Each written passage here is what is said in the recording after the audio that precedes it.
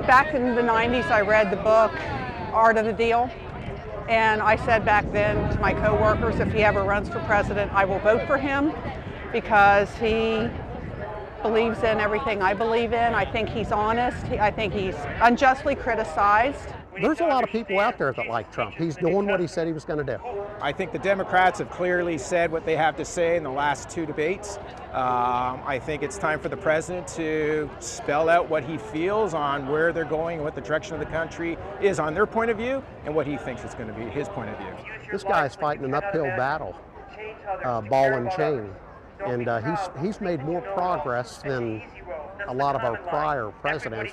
I enjoy the rhetoric. I enjoy when he takes shots at the squad. They're disgusting, they're liars, and they accuse him of being racist. He's not a racist, and they're just stirring the pot. I think they have a right to question the president, and I think he has the right to fight back. And I don't think it's a question of color.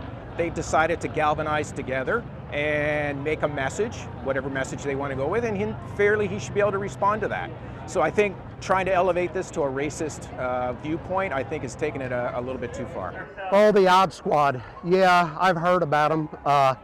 You know, I thought L stood for liberal, and then I thought L stood for leftist, but now I realize that L stands for losers.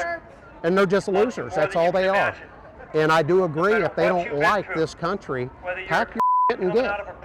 Honestly, I think they're all one and done because I think they're making the Democrats mad too.